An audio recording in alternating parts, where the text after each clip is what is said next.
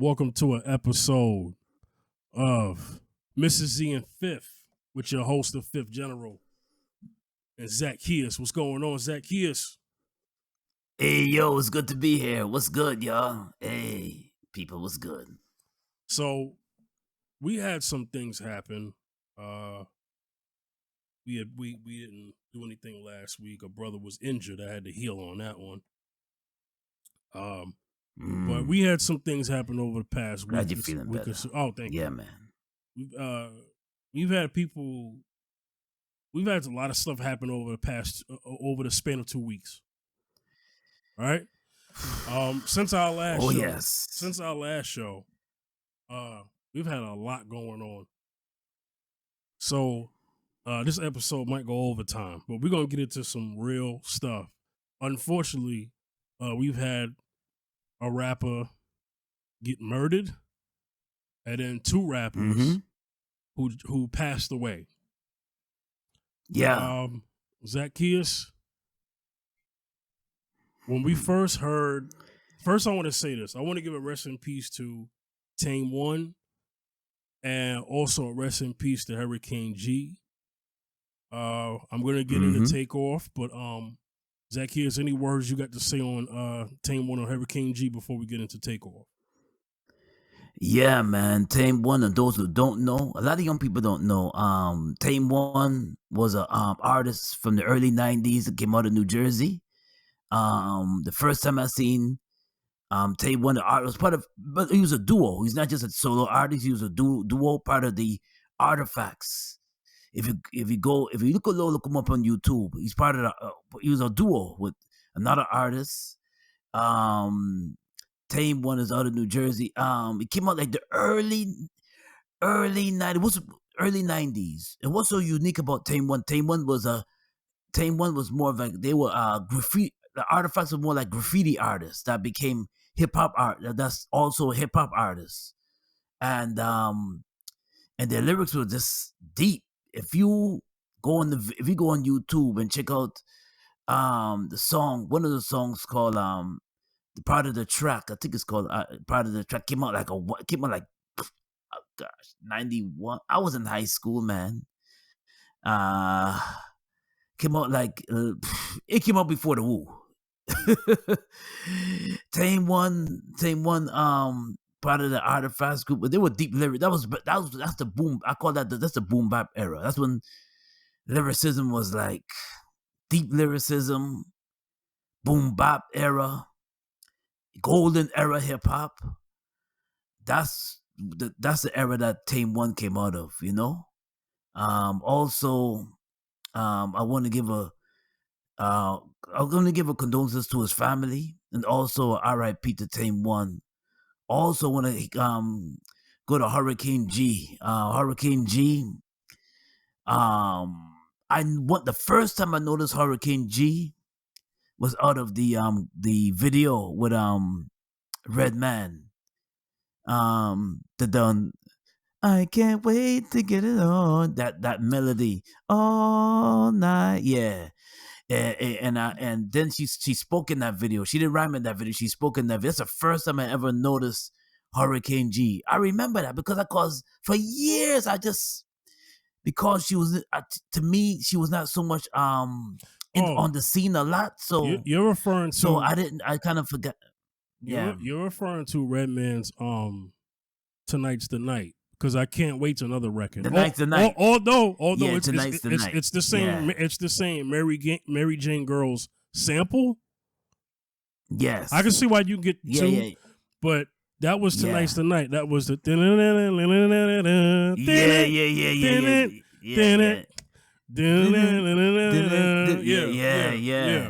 yeah. And Hurricane B also came out that boom bap era. She was mostly she did like Spanish hip hop, because she's Puerto Rican descent, out of New York City, and she did that's the only time I actually ever seen Hurricane G. And then I didn't really hear too much about her after that. I heard she was coming out with a not recently, but years ago. She had an interview. She was coming out with an album, and she was under the Def Squad. With those who don't know who the Def Squad is, that's Redman, Keith Murray. This is golden era hip hop. Young people may not know their names. Keith Murray, and then you have Eric Sermon, Parrish. They call the EPMD. If you go back to the golden era of hip hop, if you look up those who don't know the Def Squad, look up Def Squad on YouTube. But you know what I'm talking about. That they come out. That's called the golden era of hip hop. Boom bap, lyricism. But the rest in peace to Hurricane G. Condolences to her family. She was one of a kind. She's, rest in peace to her and her family. Rest in peace to her, and then condolences to her family. Hurricane G. Look her up. Yeah. So I think some may remember her from, if anybody is familiar with Diddy's album, and he had that single. Oh. Public Enemy number one. Because she was on the hook and she was all over the record. So if they probably, for those who don't remember Redman's first album or any other things that Hurricane G has done or been affiliated with, I think they would probably remember that. All right. Yeah. Let's get into something that I feel is very, once again, rest in peace to them, condolences to their family. Now I'm going to get into something that's actual tragedy. What happened to Takeoff was a tragedy. Yes. So I don't want to spend a lot of time on it, not because I don't care, but because I don't want to dominate the show. But I'll give at least 10 minutes on this. What we got reports was they were shooting dice in a bowling alley in Houston. Mm-hmm. Right? Shooting dice in a bowling alley in Houston. I just want to let people know who are not from. If you know, you know. If you know, I know. Look, shooting dice is some street stuff. It is. That is some street stuff like nobody's business. Yeah. It doesn't matter where it's at. Mm-hmm. Shooting dice is some hood stuff. So, a hood activity. Yeah, I know people that die growing up. I know people that got killed over dice game. There are plenty of murders over skilo. Yeah, man. Plenty of murders. Over $50 dice game killed. Right. Man. And it doesn't matter how much money it is. It's just the principle. Early reports were saying that they was doing teams thing. There was a teams thing. They said Quavo. We're talking about the Migos members here. They said that Quavo and Takeoff were shooting dice with a couple other cats, and they were losing. Right? They were doing teams. Somebody was losing. They're trying to say that it was Takeoff and Quavo. Apparently, somebody didn't want to give up the bread. Uh-oh.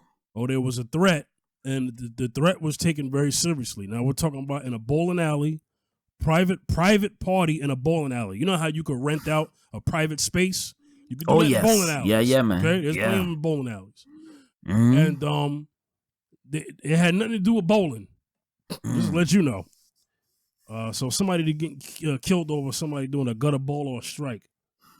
Okay, so shooting dice. Usually when you shoot dice, there's money on the line. You betting money. Money's being bet. You ain't betting food. Okay? Yes. You betting money. Money is on the line, yeah, man. And unfortunately, they said that somebody pulled out a gun. They didn't say who it was. They didn't say what it was about. But this is somebody who was in the party. This is not somebody who a stranger came out of nowhere, pardoned in their party, then shot him. So and they said there's video footage Of course they would be, because there's cameras in these facilities. Yes. So I think they know who did it. Of course they do. Regardless of whether Quavo participates with the police or not, because they're asking Quavo, hey man, tell us who it was. Y'all know who it was. Because they know. Private Party, I'm pretty sure they had to do like name reservation and stuff like that. I don't know. And yeah, they know. They know. Like I said, cameras. They had cameras. They know, yeah. Some are saying they don't know who shot him. So I just want people to understand, because I know there's a lot of videos out there. Cats doing videos for like 5 hours, saying the same thing, repeating themselves for 5 hours. Jesus Christ! Wow, 5 hours. Saying 5 hours on video 5 hours. Yo, you got people doing and I get it, because I'm a conspiracy head too. But you got people out here doing conspiracy theories on who shot him. Was it somebody from the industry? Who was it an industry plant who shot him? Allegedly, they're saying it was a friend who accidentally who was trying to shoot at the guy. Yeah. Right? But because the person ain't got aim, they end up shooting Quavo on the freaking neck. I mean, I'm sorry. Takeoff in the neck, not Quavo. Takeoff in the neck. But Quavo was next to Takeoff. He could have got shot too. Yes. And rumor had it that he did get shot. Turns out he did not get shot.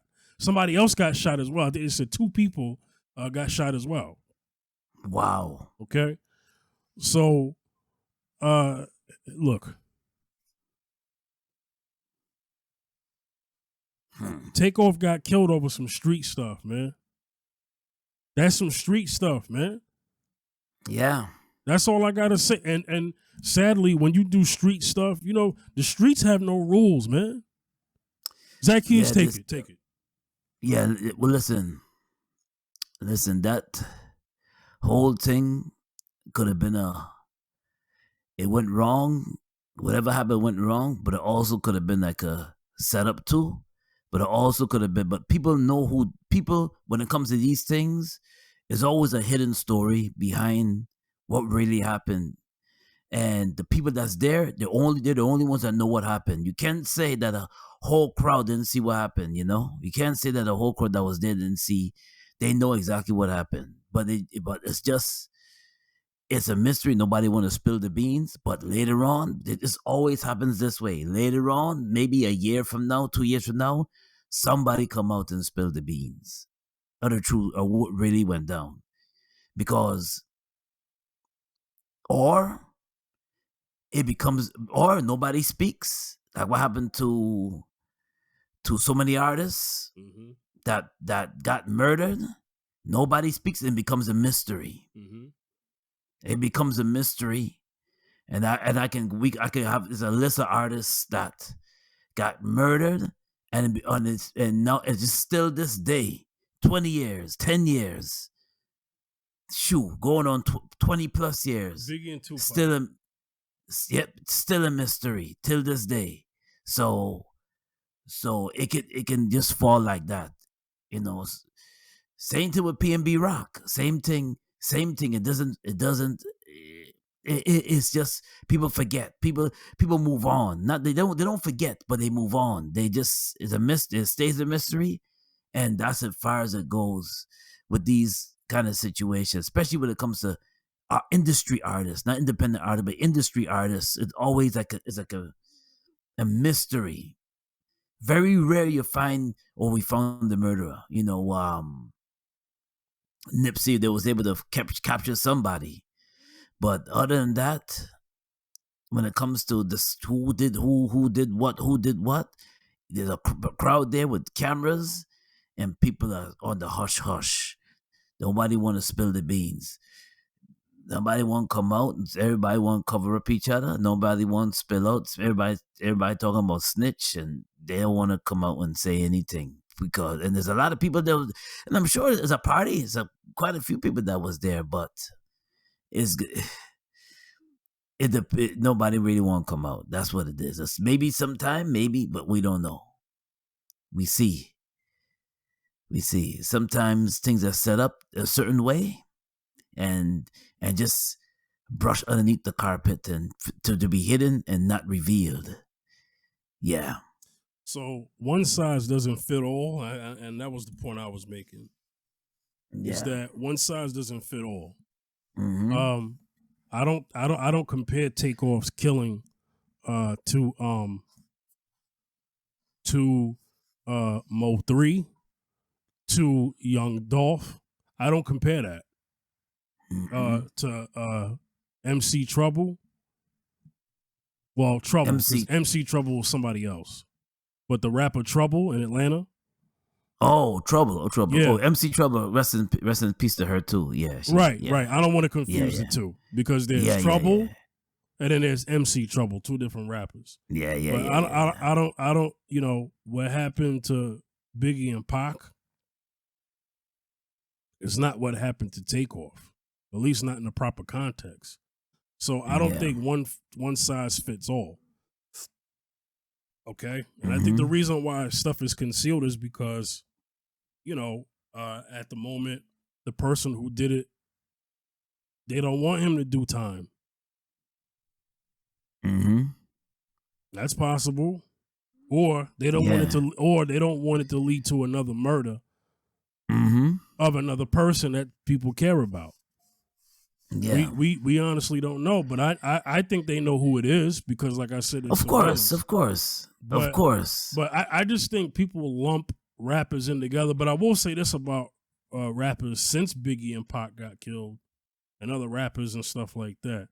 A lot of these record labels have, not all of them, but rappers have came forward and said that after these people have died, that these rappers have had like in their contracts that they've had like life insurance policies and stuff. The record labels have life insurance policies on some of these music artists, not just rappers, because people are saying it's just rappers.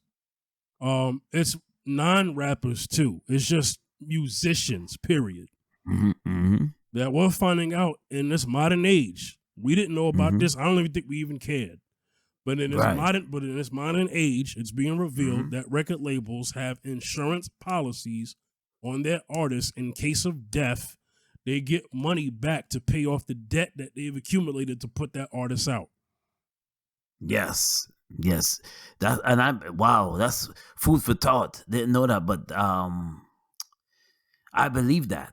I just believe that. I believe that certain things that we don't know that is in the industry that we don't know, but that's hidden from the average person or hidden from the average person that loves the music, and it's just the artist situation, especially when they have a deal and they sign a deal like a deal and certain things that they have to commit to, certain um, deals they have to, certain contracts they have to fulfill. They have certain contracts they have to fulfill. They have certain deals they have to fulfill, and they have certain things that they have to do, certain sacrifices that they have to make just to keep it going. And it comes to death, there's certain things that's put in place, and that's what it is, and that's what it is. So it's if it's especially with these nowadays with these 360 deals, the same. That's how it is, Yeah.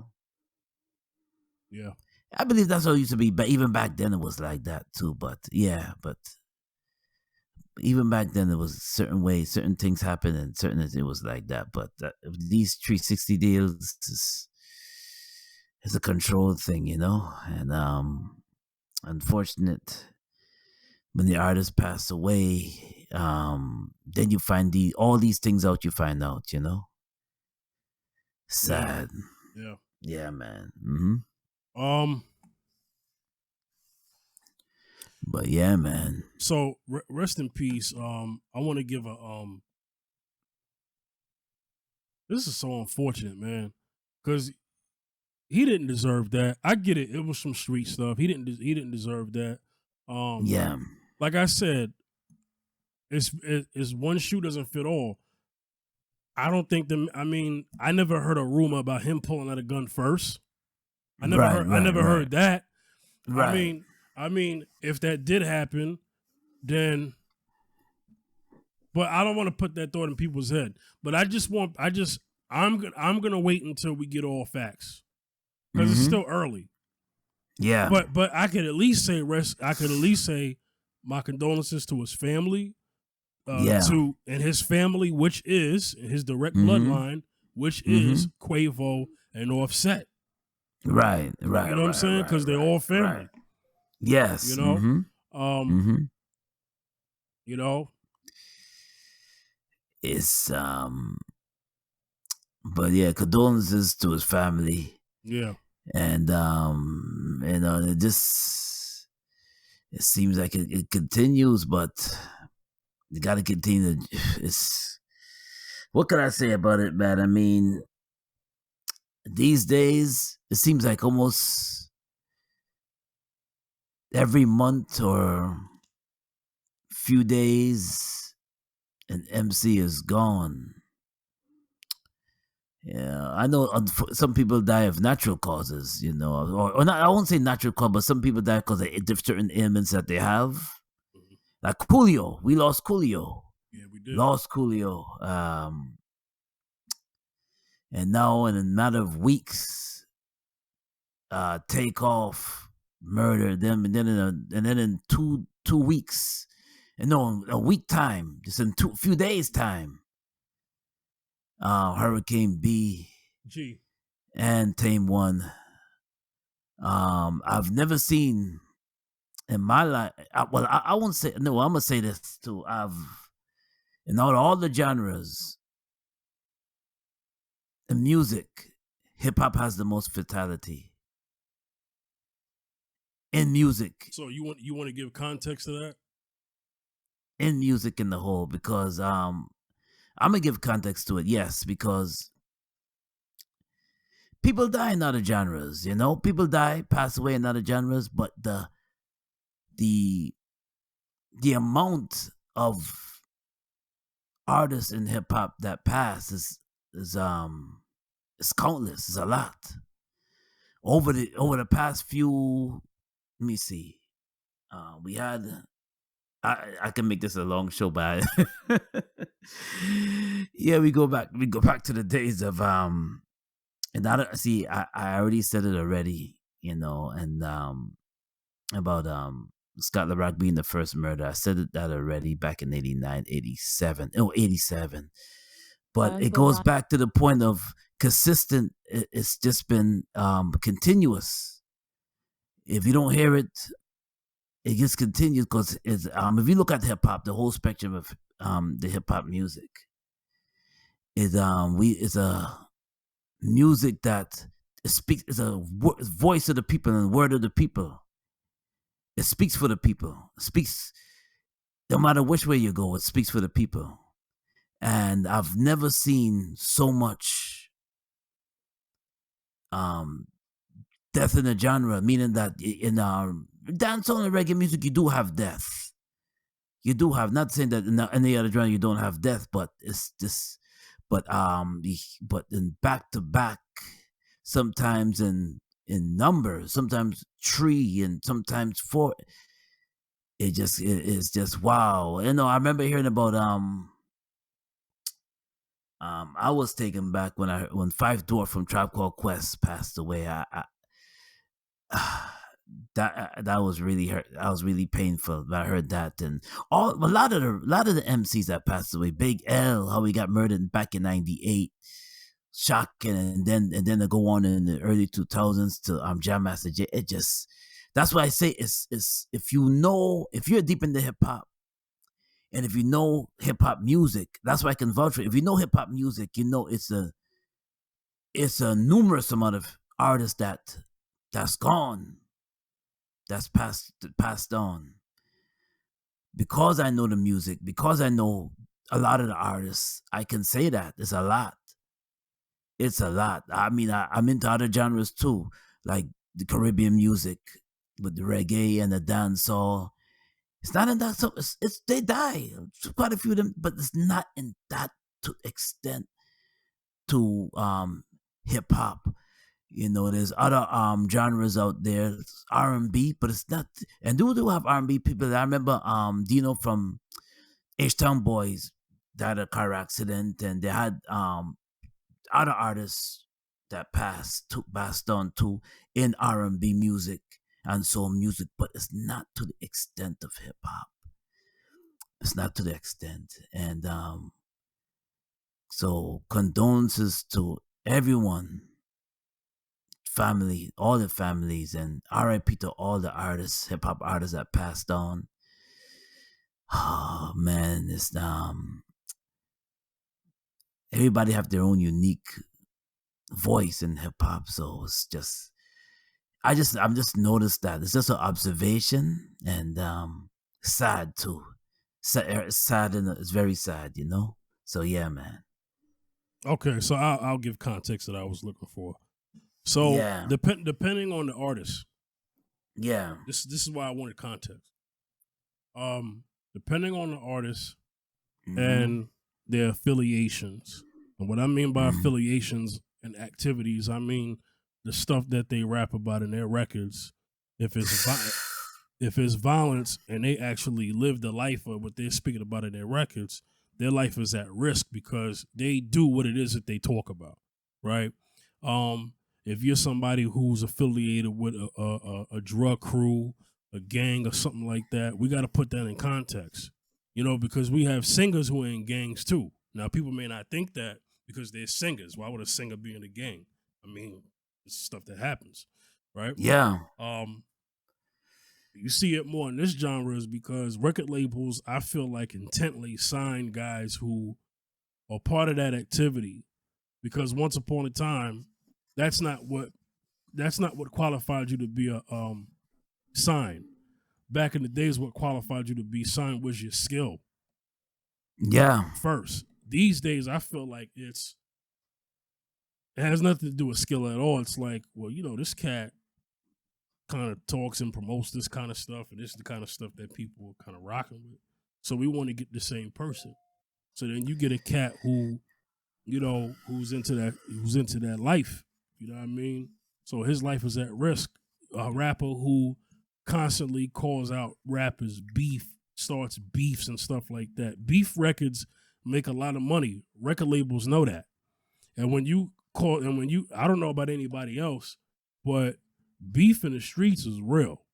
You know what I'm saying? Yeah. Now, if it's real in the streets and you bring that same thing in music, what do you think? What do you think is gonna happen? What's gonna happen is that street life gonna come right into the circle. You know what I'm saying? Yes, full circle. Because somebody asked a question. It was like, well, nobody would have ran down on J. Cole like that. Nobody would have ran down like that on Common or Chance the Rapper. And I'm thinking, well, because Chance the Rapper, as far as I'm concerned, doesn't affiliate himself with gangs. You don't ever hear him calling out gangs on records. I've never heard that. Chance the Rapper's not constantly out there causing beefs and calling people out. Neither is Common got into a rap beef with Ice Cube and them, but that was rap. But even then, he had to be safe when he went out to LA to perform that record years ago, a long time ago. Some people don't know about that. J. Cole's not out there causing beef. He's not. And right. I hope he lives forever. I'm not dropping in names so that something happens to him.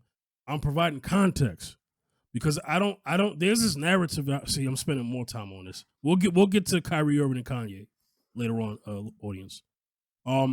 There's this narrative out here that I think is very unfair because I rap too. I know it's been a while. I know it's been since 2015, but I rap too. And I'm not out here talking about shooting somebody. If anything, I'm talking against that. Right. You know what I'm saying? Right. So, there's this narrative that hip hop is the dangerous genre in the world. That's not true. That's not true. Okay?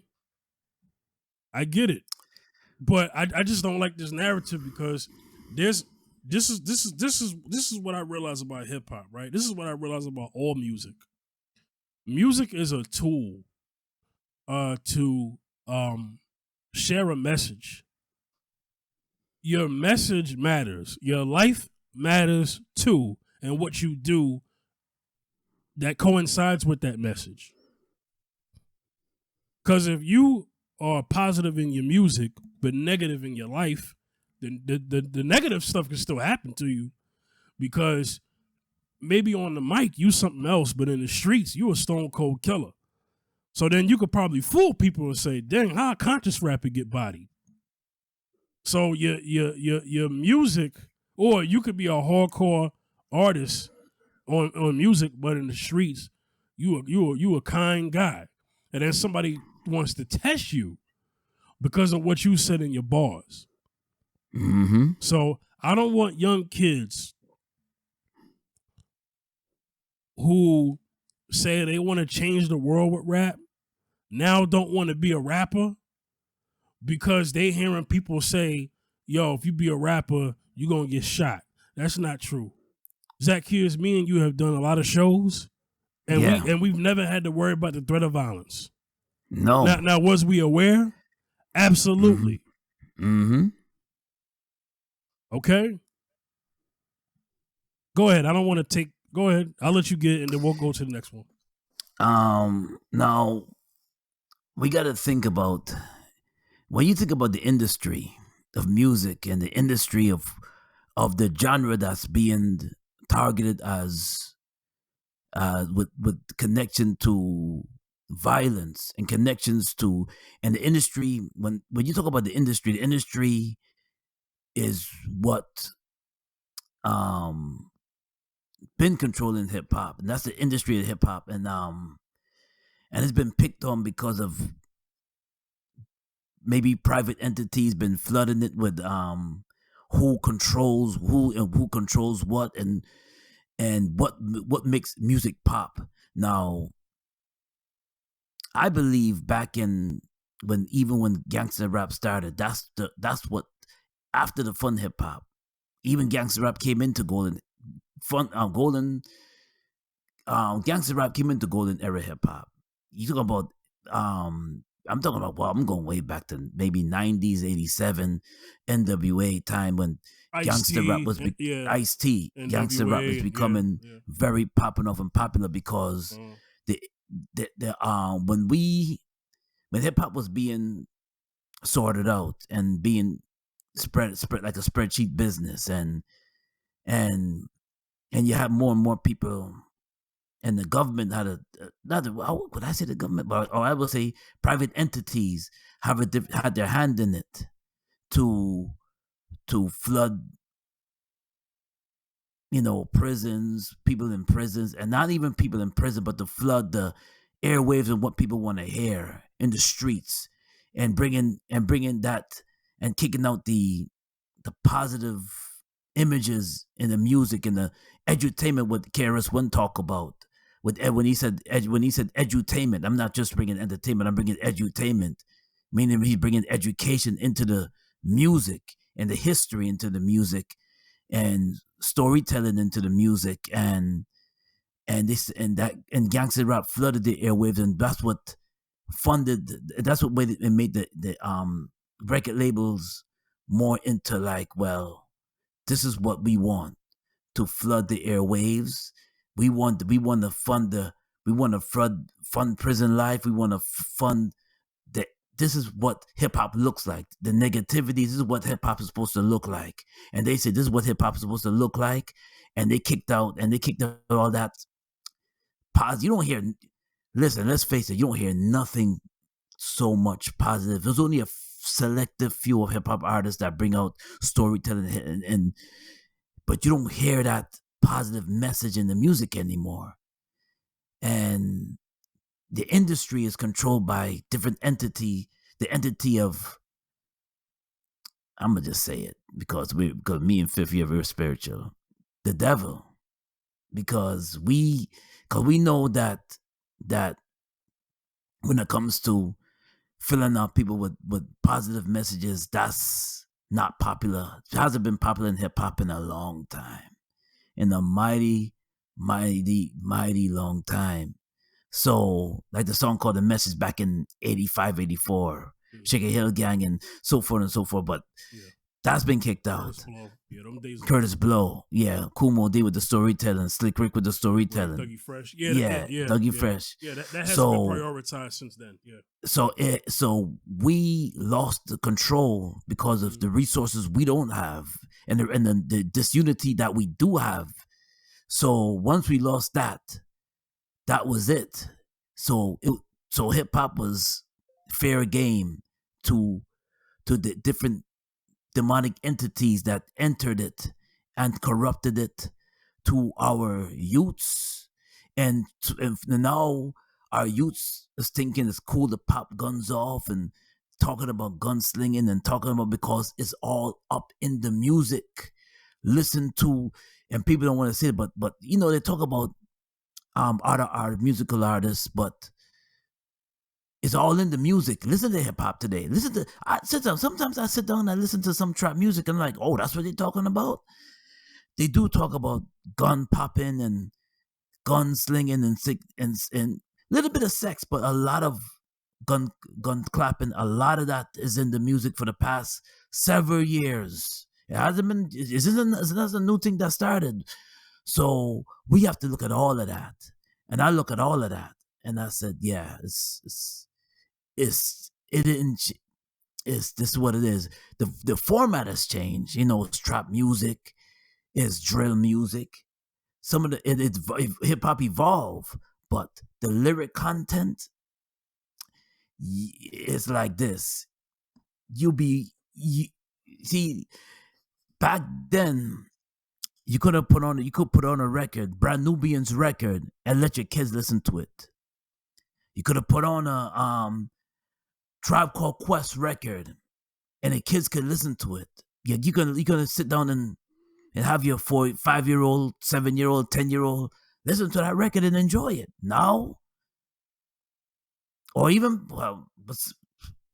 gangster now, you can't even do that now. With certain records, even back then, you have to be careful with some of the records.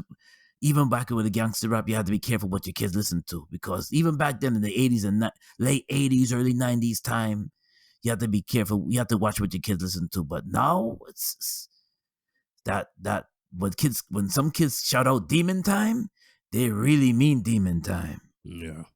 Yeah. So yeah, man. All right. I'm sure we'll eventually have we done talked about the industry so many times.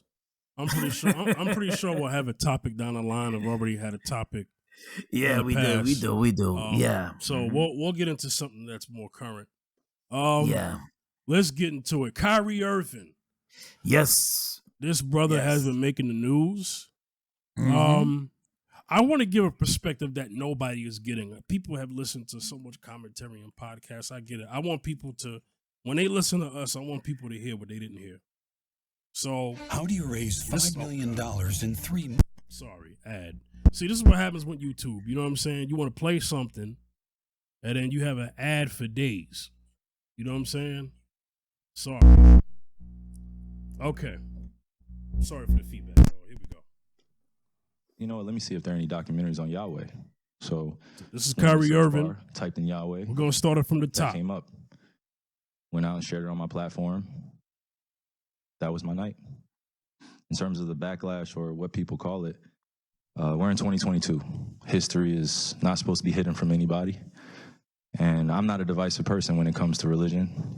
I embrace all walks of life. You see it on all my platforms. I talk to all races, all cultures, all religions. And my response would be, it's not about educating yourself on what Semitism is and what anti-Semitism is. It's really about learning the root words of where these come from and understanding that this is an African heritage that is also belonging to the people.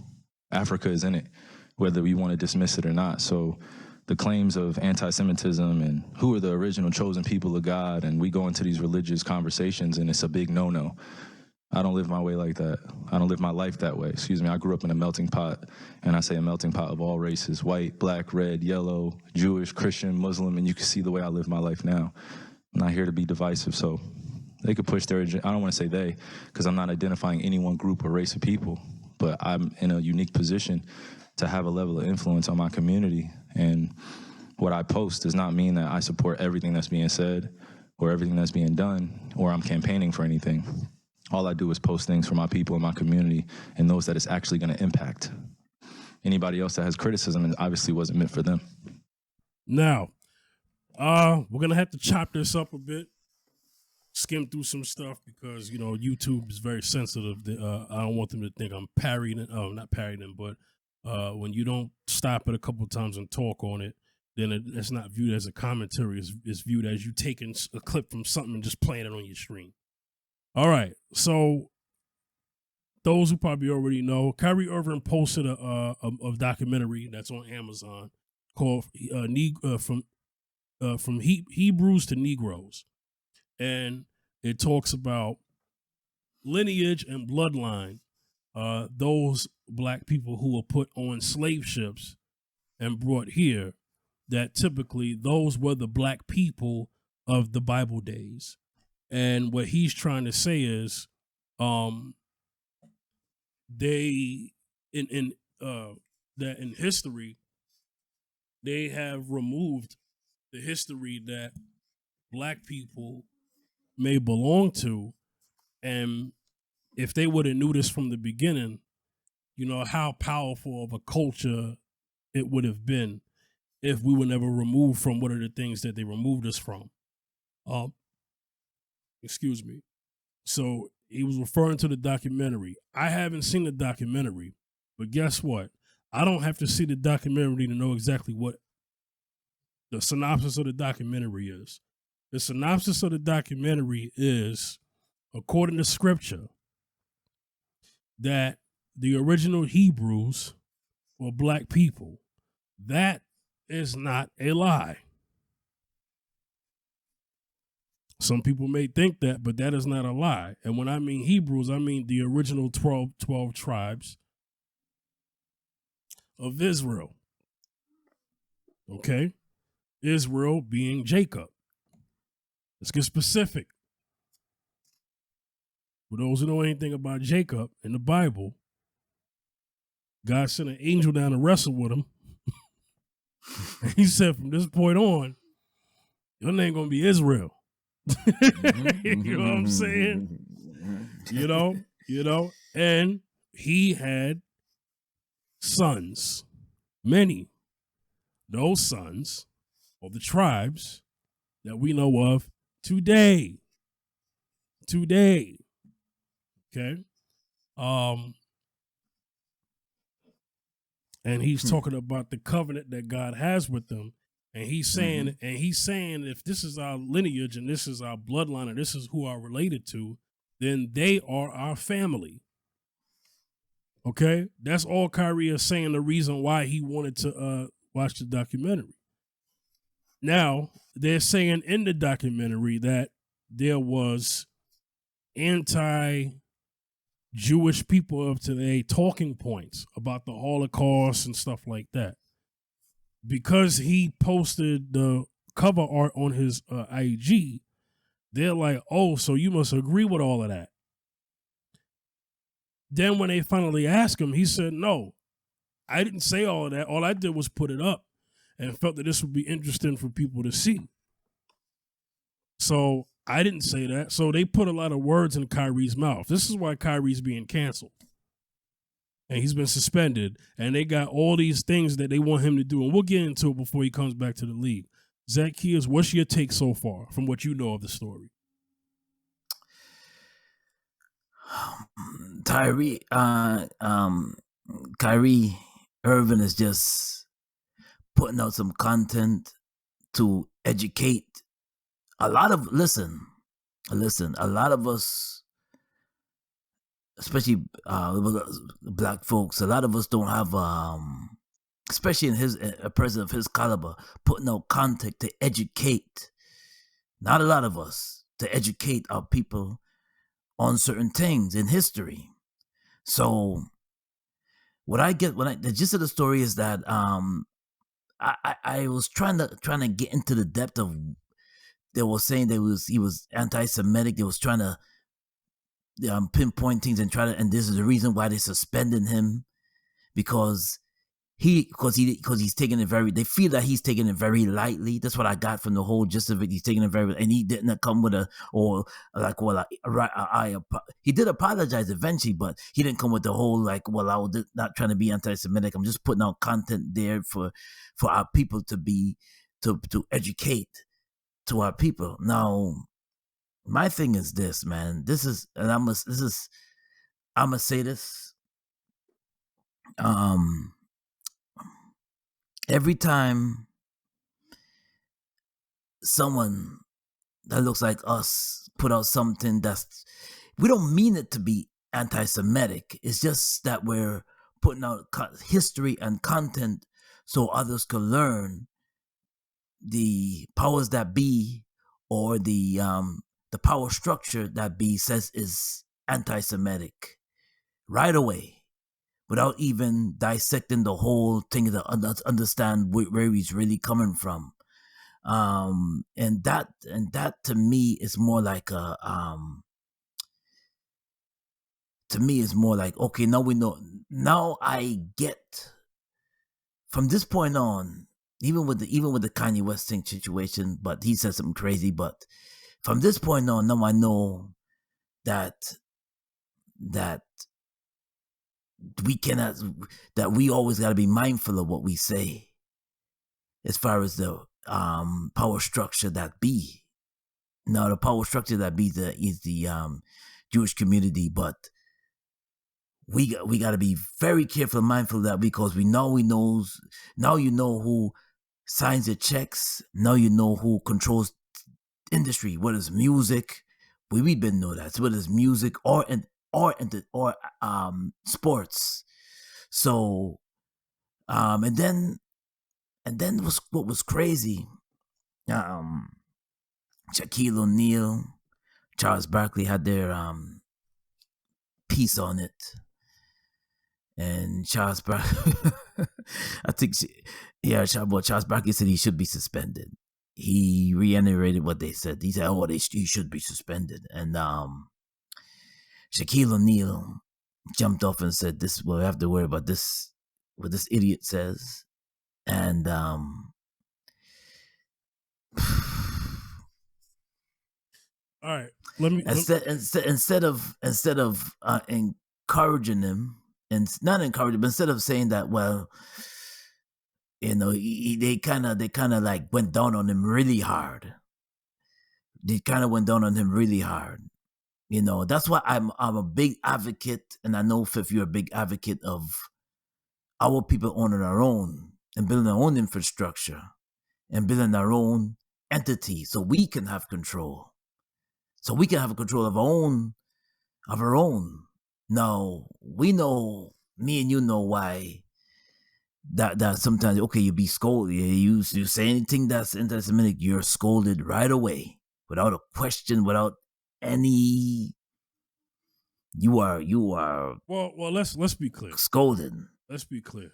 He didn't say anything anti-Semitic according to the definition. And I'm going to give the definition. This is Oxford's definition of Semitic.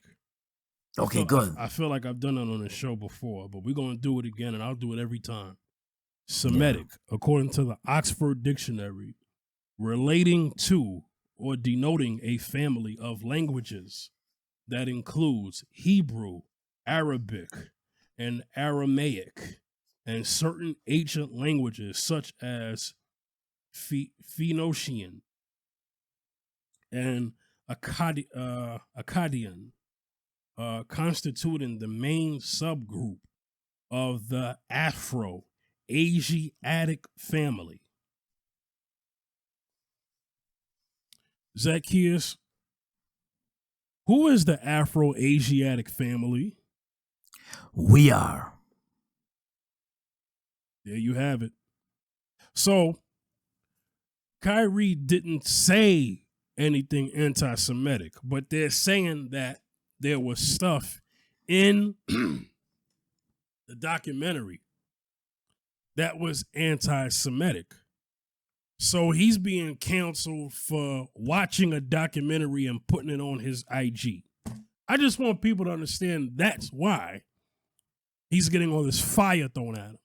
And then also, the man already said this is not about offending anybody. This is about talking about the very thing that they didn't include me on, that I found out that I, according to lineage and bloodline and chronology, am linked to. That's all he's saying. And they asked him, are you anti-Semitic? And he said, I can't be anti-Semitic when I am Semitic. Well, his words was, I can't be anti-Semitic if I know who I am. He's trying to tell you that he's Semitic too.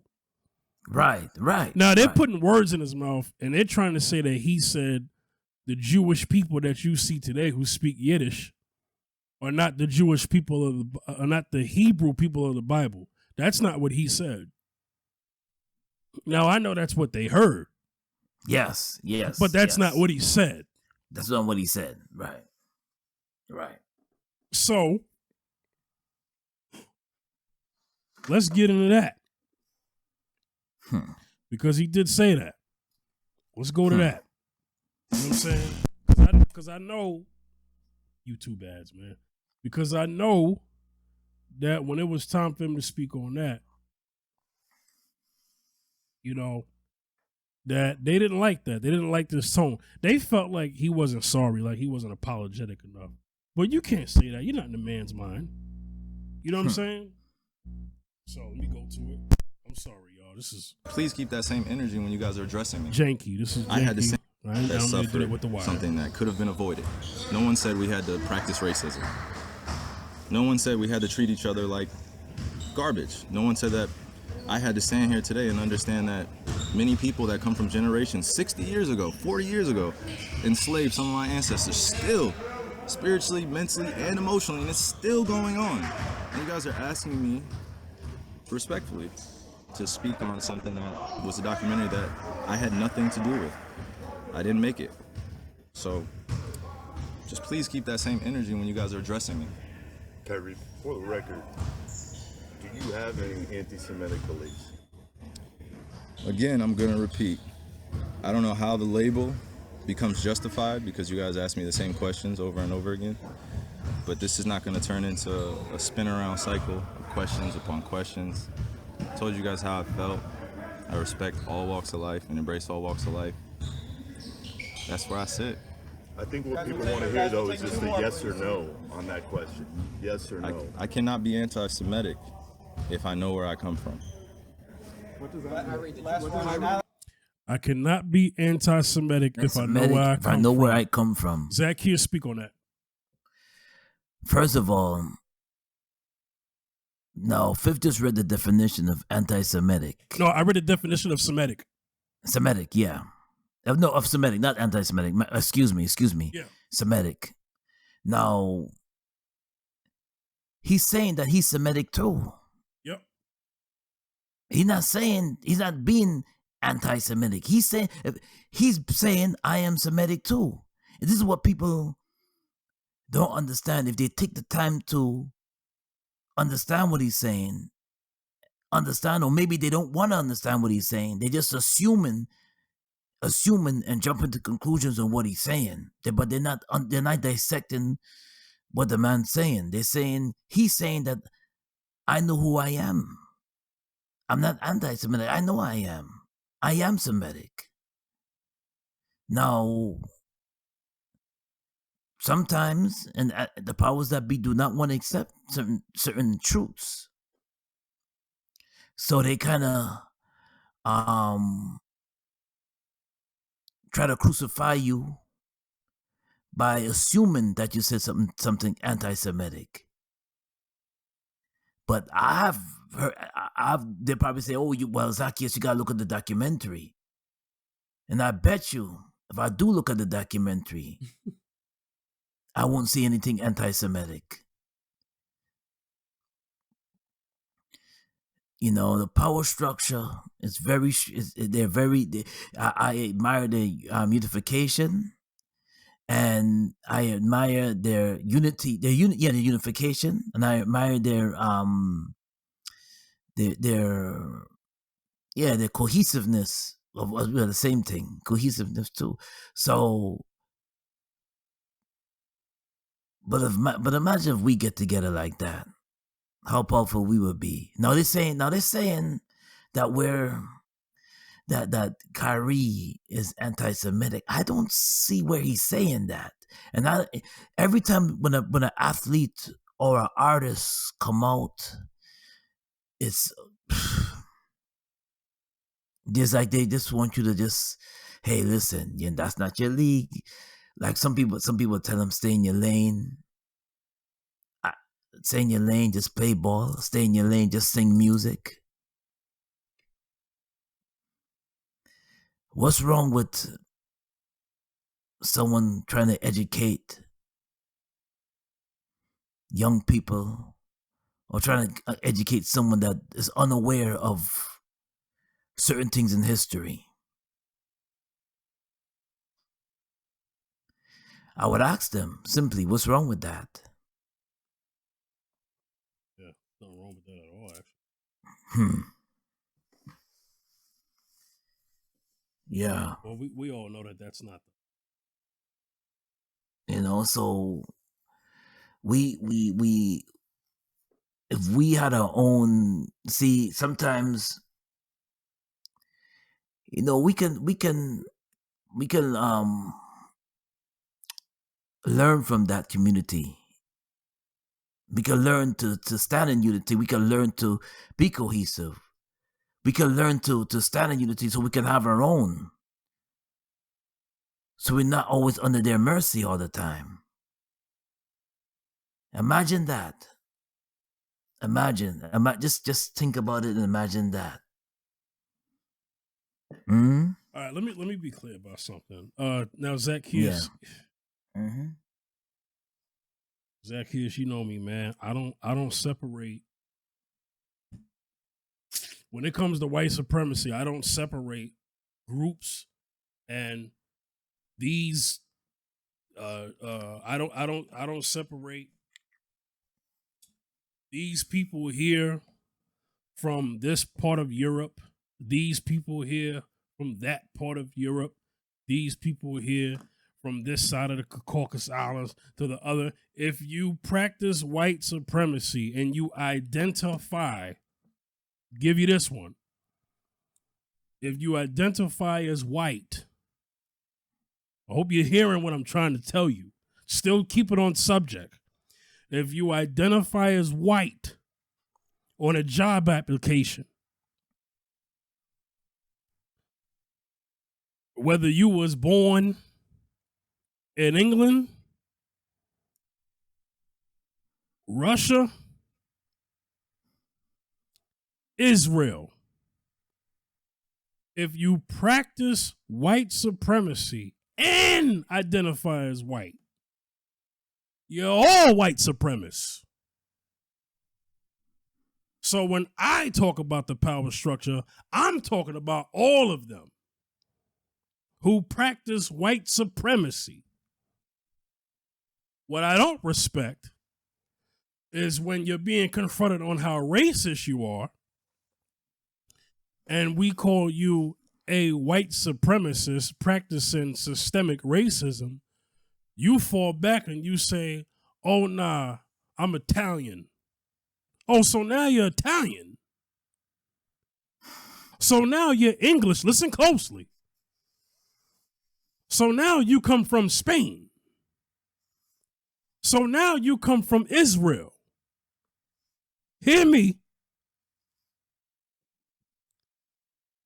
But then when somebody says something against your white supremacy, because you identify on a job application as white, then now you want to call that person anti-Semitic? How dare you? When it benefits you, now you want to talk about you something else.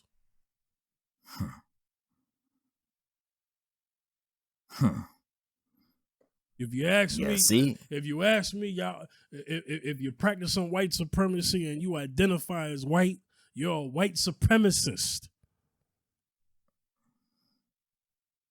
Don't sit up here and do racist stuff and then call us racist. Now, here's the receipts. Sarah Silverman, a comedian.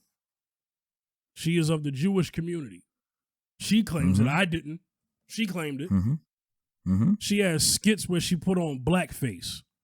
Did she get canceled? Did she get canceled? Nope. Did she have to?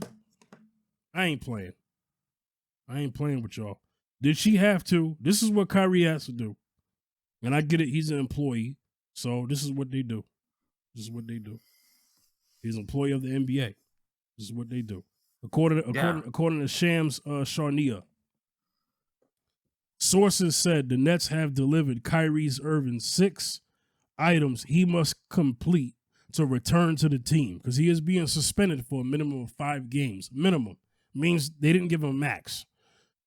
He should apologize and condemn the movie. That's the documentary that he didn't create.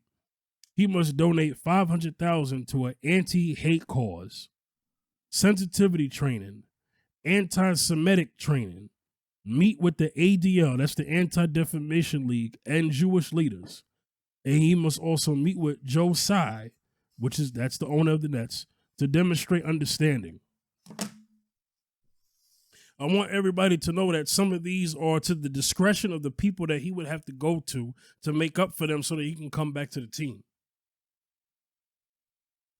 I don't recall Sarah Silverman doing that. I don't recall Seth MacFarlane from Family Guy, who did a skit where they were making fun of Roots, and they had a character like Kuta Kente say things that were homoerotic against the slave master who was whipping him.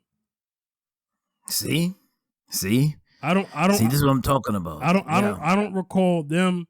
I don't recall Fox telling them or whatever network it's on that they had to go meet with the NAACP and black leaders, that they had to donate $500,000 to the NAACP or an anti-clause. I don't recall them telling them to do sensitivity training and anti-black hate training, because that was very anti-black. Okay. Well, then again, we the Semitic people, so that was anti-Semitic. How about that? That was anti-Semitic too, because I told you what the Semitics are, right?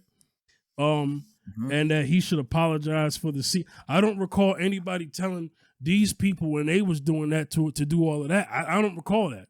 When Donald Sterling got in trouble with his side chick over a conversation she had about don't bring black people to my games, all this other stuff, and the Clippers players was like, yo man, threatening to boycott, and the rest of the NBA was like, yo, you hurting the money, man, you hurting the money. And what they did was they made him sell the team, and he walked away with 3 times more or 4 times more than what the team was worth when he bought the Clippers. So he had a nice cash out. Yeah, he was fine. Yeah. Okay, so that's not the same with Kyrie Irving. I get it. Kyrie Irving is playing for the team. He doesn't own the team. So there's a difference. But, and yes, there's a difference between him and Kanye. I know some people will lump them together. I said earlier, one shoe doesn't fit all. I will announce the differences. Nowhere, I'll get to that right now, and I'm going to give it to you, Zacchaeus.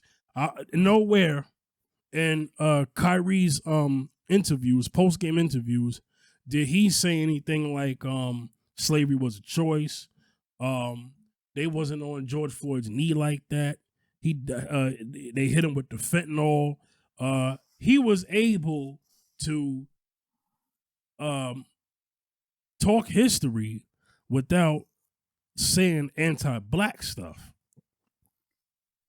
That's the difference between Kyrie and Kanye. If Kanye wouldn't have said all that stuff, it would have been received very differently by the black community. Because as far as I'm concerned, Kanye needs to apologize to us too. Yeah. Listen, the Jewish community can deal with him how they see fit, as far as, you know, whatever. That's on them. Now let's talk about black people. Um, Kanye got to apologize for that. I don't care what people say. I don't care what people say. I'm not ganging up on Kanye like everybody else is. What I'm saying is I'm pulling Kanye's receipts. That's all. And that same in that same interview where he talked about Jewish-owned companies, he said some ignorant black stuff. And also, I want people to keep in mind that when Kanye was saying slavery was a choice, and George Floyd didn't really have a knee on his neck like that, he didn't get canceled. The Forbes list didn't take him off because he said that. No. Nope. Forbes took him off the billionaire list when he said that Jewish stuff. That's when they took him off. You know why? Because Jewish lives matter more than black lives do, according to how he's being treated. Go ahead, Zacchaeus. Yeah, well, the Jewish community, according to the system, is on code as far as like their structure, and they should be. They should. Yeah, they should be. But just like we should be too. We should be on code too. We should be that too. And this is why, and because we're so, because of we black people are so disbanded, we are their employees. So we have to structure. We have to put ourselves in position. We got to put ourselves in position to be, to hold ourselves accountable every time we coon with each other. We every time we say ignorant stuff like Kanye says about you know, he dissed George Floyd, and then he said something about but slavery is a choice, and then even within the music, but calling each other the N word and using the N word nonstop. We and as you look in the Hebrew community, they do not use that amongst each other. They respect each other. So we gotta respect. We gotta learn. I learn a lot from this. We gotta learn to respect each other. And we gotta learn how to band together. We gotta learn how to be in a cohesive together. It's gonna take some time, but we could do it. I'll give you more. I'll give you more to help your point, and you could take the mic right back. Okay. You said once upon a time, and I think I said this on the show, that when Nat Turner rebelled, he killed the coons. Okay? Now, the Jewish community have coons too. Do you know that they get rid of them? I don't mean murder, but they don't welcome them to the table anymore until they apologize and get their act together. See? Because we got to do the same too. A Jewish person, Jewish people handle their own people. If you're somebody who is from the Jewish community and say you are a comedian, even telling jokes, and you say anything crazy about the Jewish community and you're Jewish, you get dealt with. You won't be able to do another show. They don't play. Yeah. They don't play around. Yes, and they won't support you. You'll lose all your money. They will not support you. They don't play around. They don't. Okay? But and I respect that. That's the thing. I ain't even mad at that. I'm just saying this. I wish we had the same power to cancel somebody like that, because anti-black people get away with anti-black stuff on the airwaves, non-airwaves all the time. All the time. All the time. All the time. All the time. We have the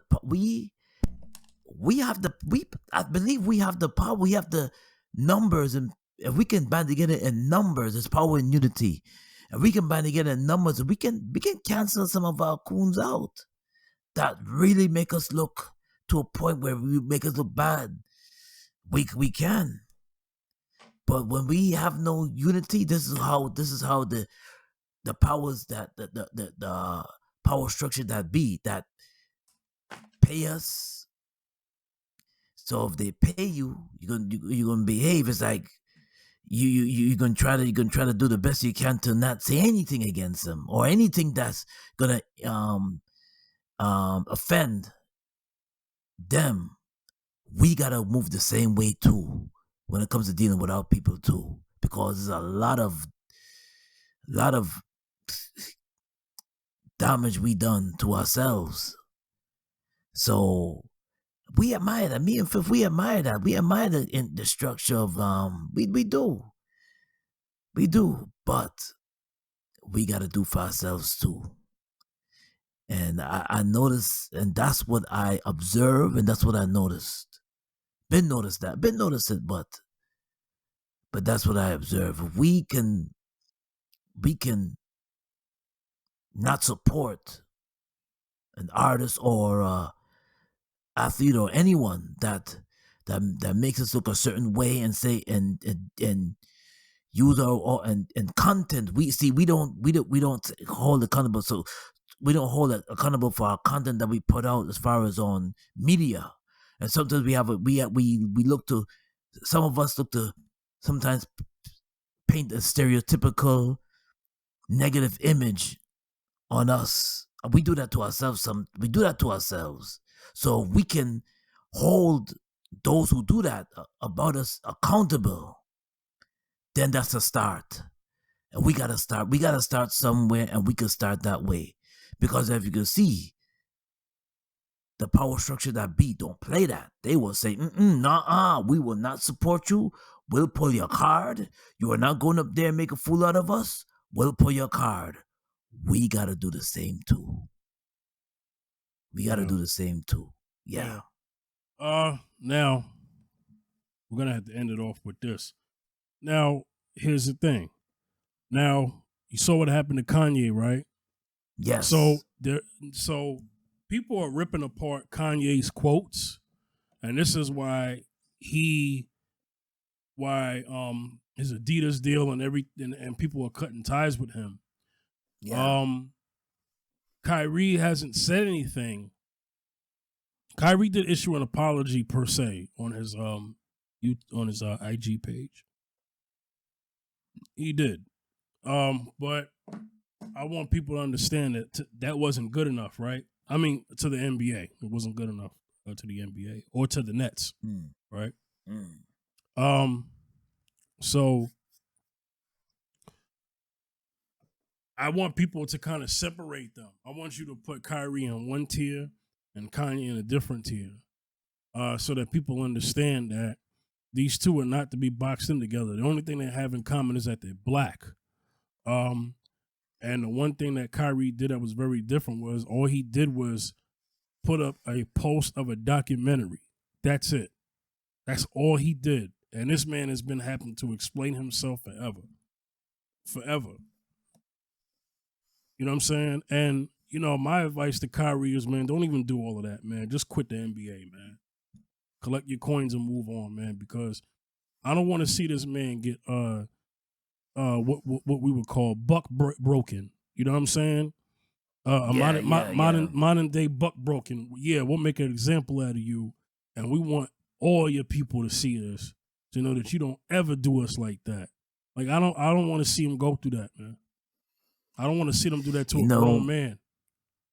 They cancel Colin. He hasn't even come back. Colin Kaepernick hasn't even come back to the NFL. And all he did was take a knee. Think about it. All he did was take a knee. He was called anti-police and anti-white.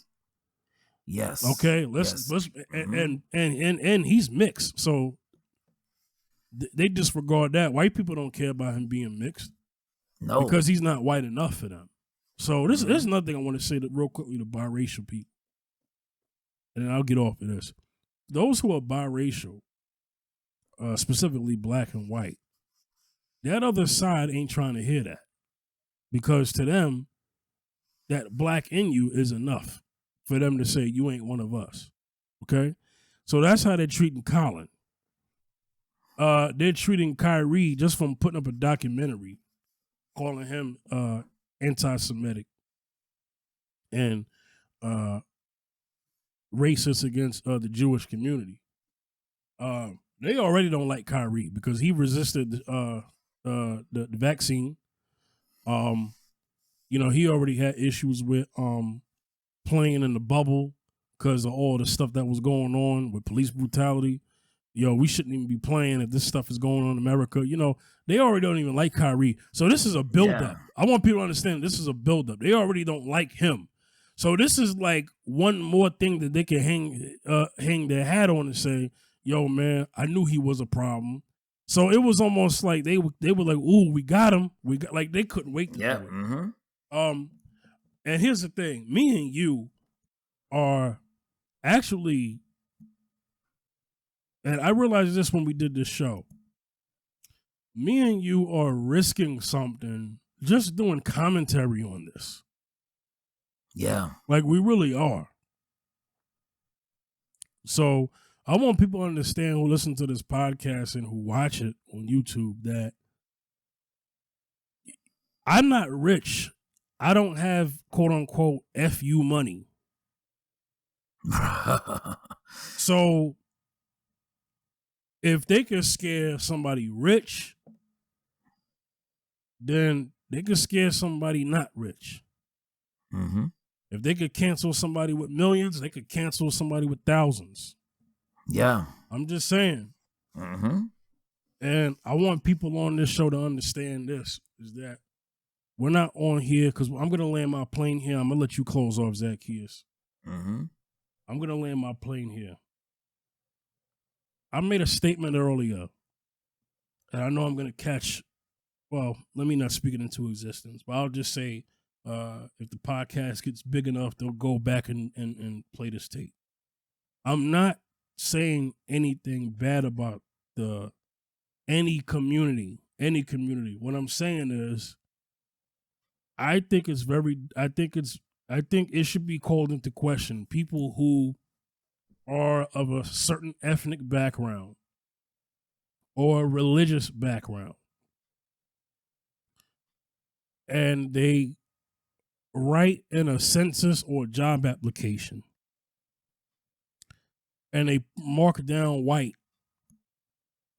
Then when something racist happens, they say, "Oh, I'm not white. I'm this."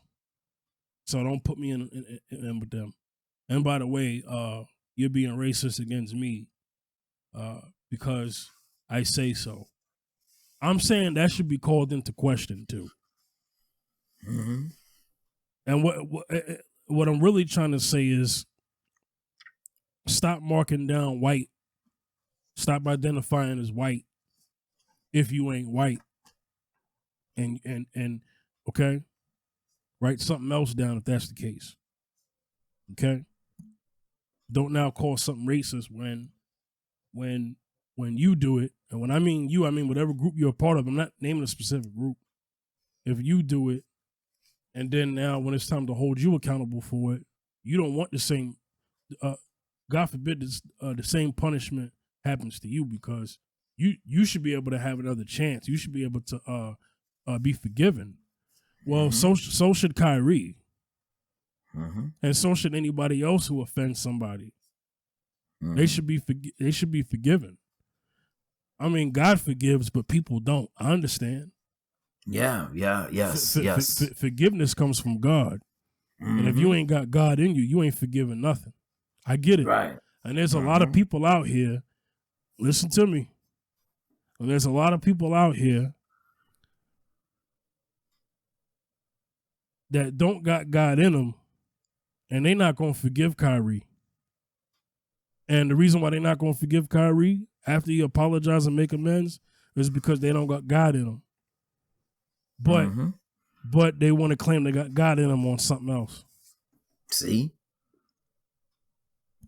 Zacchaeus? Yeah. When it comes together for us talking about Kyrie, we gotta support those who step out in faith and to say we gotta support those who put out historical documentary and not really, they just put it out so people can learn and just gain knowledge, because a lot of us young people, youth, walking around no knowledge of self, no knowledge of anything. You know, so some of us don't even pick up books. So when you have a person like Kyrie Irving, or have a person like Muhammad Ali, or have a person like Colin Kaepernick, or have a person like Tommy Smith, was it Carlos? What's a brother named Carlos? John Carlos. Mm-hmm. Juan Carlos. Yes.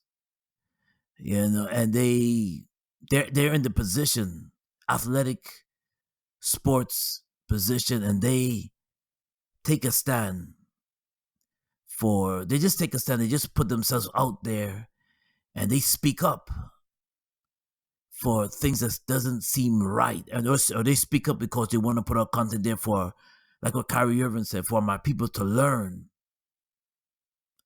We should support them. You should not drag them down. So that's why I kind of disagree with Charles Barkley when he said they should, before you hear what the brothers say, before you understand where he's coming from, you're quick to cancel your own, just to please the powers that be.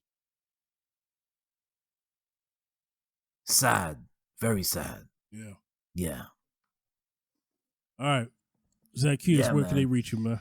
You can reach me on Zacchaeus Music, at Zacchaeus Music on Instagram. You can reach me on Wayne Zacchaeus Gospel on Instagram, also on Facebook. You can reach me on Wayne Bacchus 167 on Facebook, plus on Twitter too. I'm on Twitter at Wayne Bacchus 2 on Twitter, also on TikTok too. Wayne Zacchaeus Bacchus on TikTok. Blessings. All right. Y'all can get me on Instagram, Facebook, and Twitter at The Fifth General. All right. We'll see y'all next time. This is another episode of Mrs. Z and Fifth saying peace. Peace. All right. Blessings. Yeah. Blessing. Mhm.